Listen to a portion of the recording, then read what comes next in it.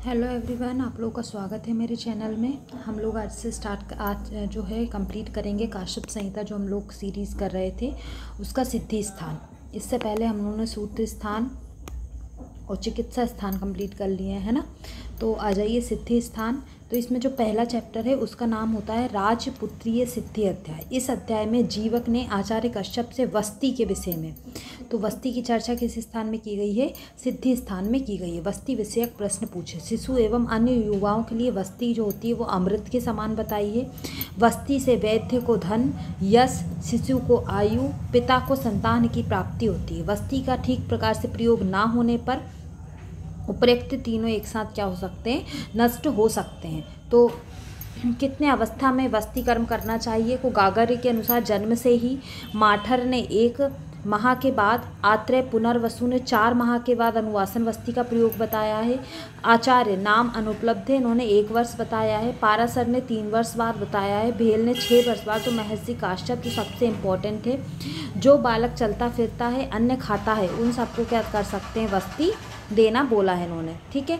कि जो बालक चल फिर सकता है, अन्न खाता है, वो वस्ती ले सकता है। यही इंपॉर्टेंट है, इसी पे से क्वेश्चन आते हैं, ठीक है। प्रतिदिन वस्ती को देना अहितकर बताया है। एक एक दिन छोड़कर वस्ती देना चाहिए। तो प्रतिदिन वस्ती देना इन्होंने निषेध बोला है, ठीक है। क्या बोला है? कि एक एक दिन छोड़कर वस्ती देना। निरुवस्ती के योग्य क्या बताए हैं? जो हृदय रोगी हो, पार्श्वशूल के रोगी हो, कुष्ठ हो, कृमि हो, प्रमेह हो, उदर रोग हो, गुल्म हो, वातशूल हो, तो इन सब में आप क्या दे सकते हैं? इन सब में आप वस्ती दे सकते हैं। वात कुंडल हो, संश्रिष्ट दोष हो, लीन हो, गंभीर रोग हो, तो ये सब किसके कारण होते हैं? वस्ती दोष, इसमें वस्ती दे सकते हैं।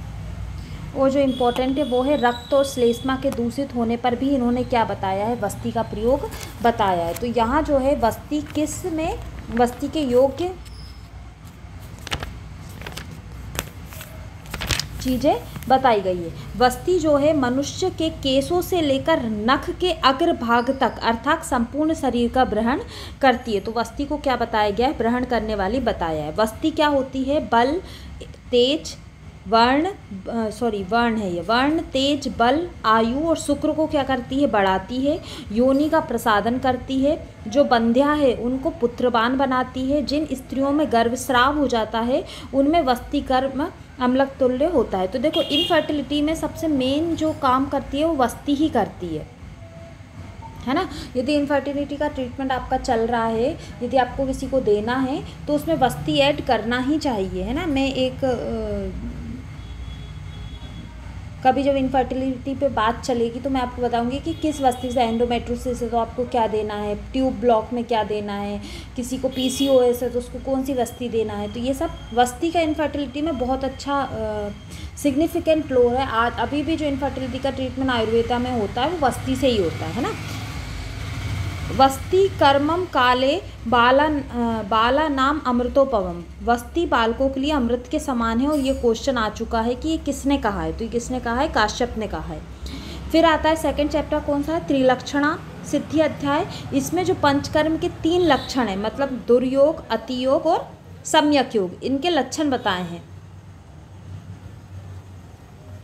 तो काश्यप जी क्या कहते हैं कि विद्वान वैद्य जो रहेगा है वो रोगी के शरीर, यात्रा, जठराग्नि, शक्ति, बल, वर्ण, स्वर और विकृत दोषों को देखकर आयोग, अतियोग को देखकर क्या करना चाहिए? उसका शोधन करना चाहिए। और जब सब दोष शांत हो जाते हैं, बल, आयु, शरीर, व्यय, अग्नि, प्रजा की क्या होती है? वृद्धि होती है। विरेचन से इंद्रियां शुद्ध होंगी, प्रसन्न होंगी, धातु शुद्धि होगी और बीज अधिक कार्यकाली हो जाएंगे। वमन से क्या होता है? मेद, दुर्गंध, कफ का नाश होता है। रोग शांति, शरीर शुद्धि और शरीर में लघुता आती है। वमन के अयोग्य के लक्षण क्या होते हैं? वमन के अयोग से क्या होता है? अमाशय का भरा भरा प्रतीत होना, हृदय में भारीपन होना, शीत ज्वर होना, अध्यमान, षष्ठीवन, शिरोग्रह, आरुचि, जड़ता, अग्निमांद, अति निद्रा, आलस, रोग की वृद्धि होना, ये सब किसके लक्षण हैं? अयोग के लक्षण हैं। और अतियोग से क्या होता है? संपूर्ण स्रोतस में क्या होगी? पीड़ा होती है। तो संपूर्ण स्रोतस में पीड़ा होती है। देखो, आयोग अतियोग के जो लक्षण है ना, वो बेसिकली सुश्रुत और चरक से ही उठकर आते हैं, काश्यप से नहीं आते हैं, इसलिए हम इनको सिर्फ एक बार रीड कर रहे हैं, ठीक है। सम्यक विरेचन के लक्षण क्या कहते हैं? कि पक्वासे, अमासे, पित्त, गुदा,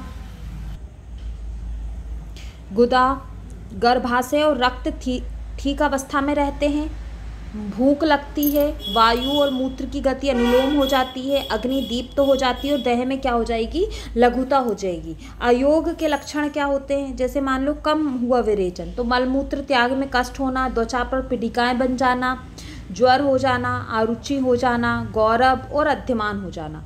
अतियोग से गुदभ्रंश हो जाएगा, मूर्छा हो जाएगी, डिहाइड्रेशन होगा, सूल हो जाएगी। ठीक है।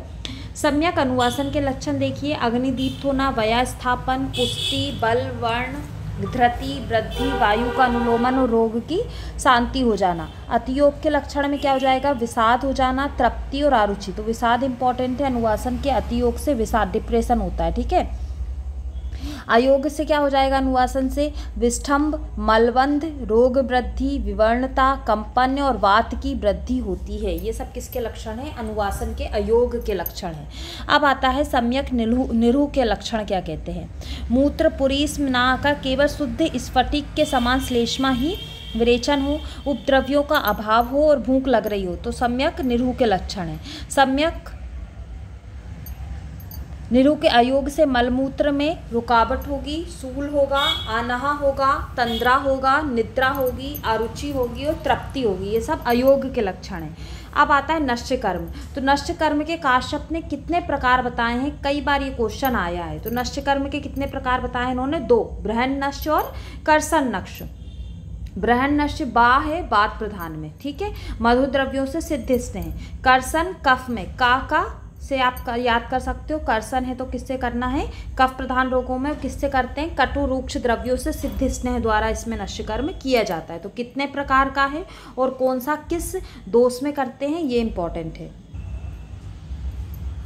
सम्यक नश्च के लक्षण देखिए, रोग क्या हो जाएगा आपका, रोग शांत हो जाएगा, आनंद हो जाएगा, यात्रा, शरीर यात्रा का कठिन हो जाना, स्मृति, मेधा, बल, वर्ण की तृप्ति हो जाना, जठराग्नि की इंद्रियों में प्रसन्नता होना। अतियोग के लक्षण क्या हो जाएंगे, उन्माद, बहुत इंपॉर्टेंट। उन्माद अतियोग का किसका लक्षण बताया है, काश्यप ने बताया है। वात पित्त का प्रकोपित होना, सूर्य आवर्त रोग भी नश्च के अतियोग से बताए हैं, ये भी इंपॉर्टेंट है। हृदय द्रव्य इंपॉर्टेंट है, ये तीनों इंपॉर्टेंट है, पूछ सकते हैं, है ना। और शायद उन्माद को आया भी है।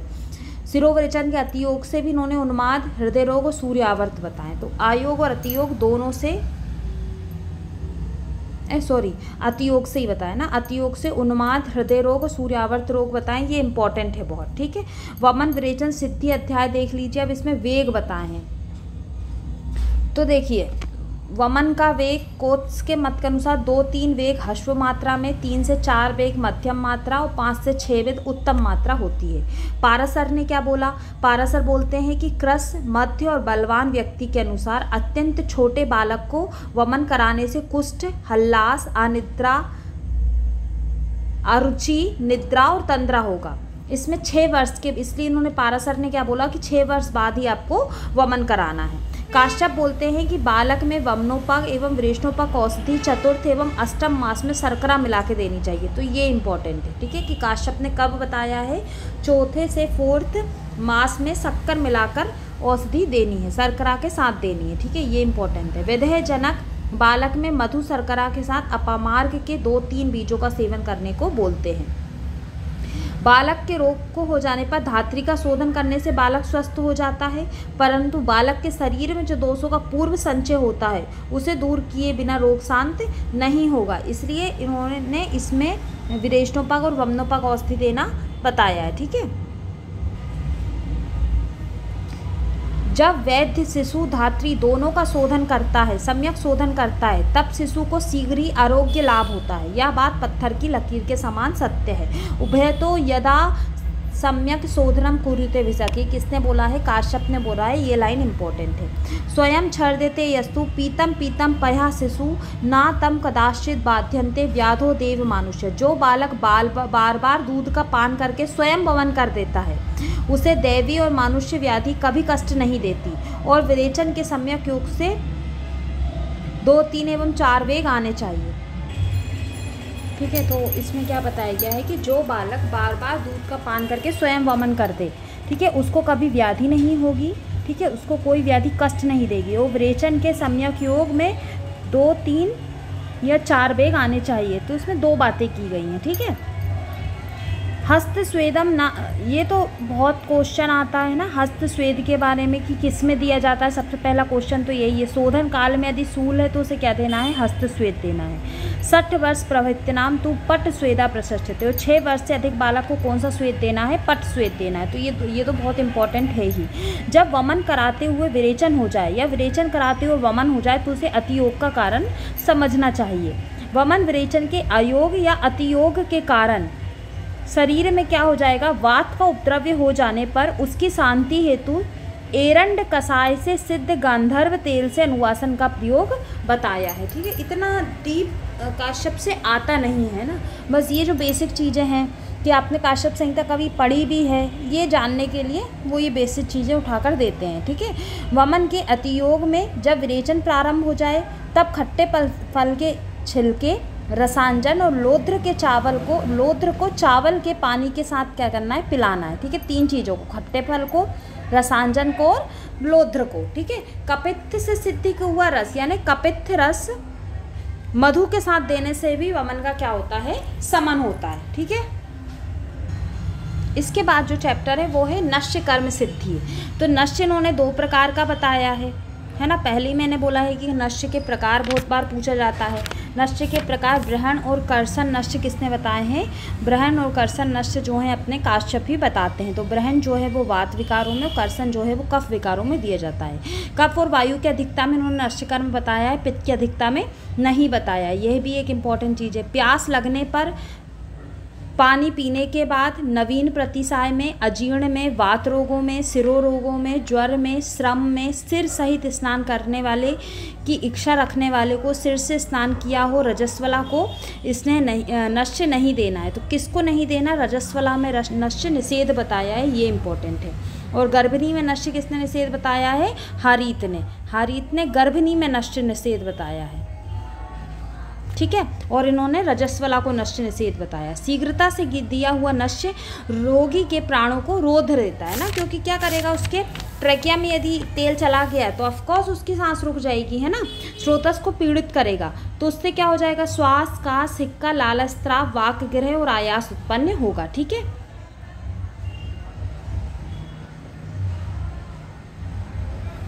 अत्यंत उष्ण नश्य से दाह, व्रण और सूर्यावर्त होते हैं। अत्यंत शीत से विष्ठम्भ होता है। अल्प मात्रा में दिया जाएगा तो क्लेश कारक होगा। यदि अति तीक्ष्ण दिया जाए तो स्मृति विभ्रंश, उन्माद और वात प्रकोप होगा। जल पीने के बाद नश्यकर्म दिया जाए तो नासास्त्राव, श्रोगौरव और कफ प्रसेक होगा। नवीन प्रतिसाय में दे दिया जाए तो पार्श्वअपलोद, कंठोध्वस, कांस, श्वास, छर्दी, ज्वर, आरती होगा। सिर से स्नान किए हुए को नश्य देने पर अर्धविभेदक होता है। प्यासा होने पर नश्य कर्म करने पर कास, श्वास, कफ वमन होता है। तीक्ष्ण नश्य से उत्पन्न होने वाले उपद्रव्य कुमार तेल का नश्य पान अभ्यंग द्वारा प्रयोग करते हैं। तो एक बार इस टाइप से क्वेश्चन आया है तो इन्हें ध्यान से पढ़ लीजिएगा। जैसे याद रखिएगा कि अत्यंत उष्ण देने पर सूर्यावर्त होगा। ठीक है, ये इंपॉर्टेंट है। उन्माद कब होगा, ये इंपॉर्टेंट है, अति तीक्ष्ण होने पर। ठीक है, छर्दी, श्वास, नवीन प्रतिसाय देने पर होता है ज्वर। ठीक है, अर्धविभेदक कब होता है, अर्धविभेदक सिर से स्नान किए पर अर्धविभेदक होगा, जबकि अत्यंत उष्ण देने पर क्या होगा, सूर्यावर्त होगा। तो इस टाइप के जो छोटे छोटे क्वेश्चन है वो अपन को याद रखना है। प्यास लग रही है और आपने नश्य कर्म कर दिया तो कफ वमन हो जाएगा। तीक्ष्ण नश्य से उत्पन्न होने वाले उपद्रव्य में क्या करना है, कुमार तेल का नश्य देना है, पान कराना है, पान अभ्यंग और नश्य तीनों करना है। किससे, कुमार तेल से। किसमें, तीक्ष्ण नश्य यदि हो गया है तो। रजस्वला को नश्य देने से क्या हो जाएगा, ऋतु संबंधी रोग हो जाते हैं। एक बार ये क्वेश्चन आया है। ठीक है,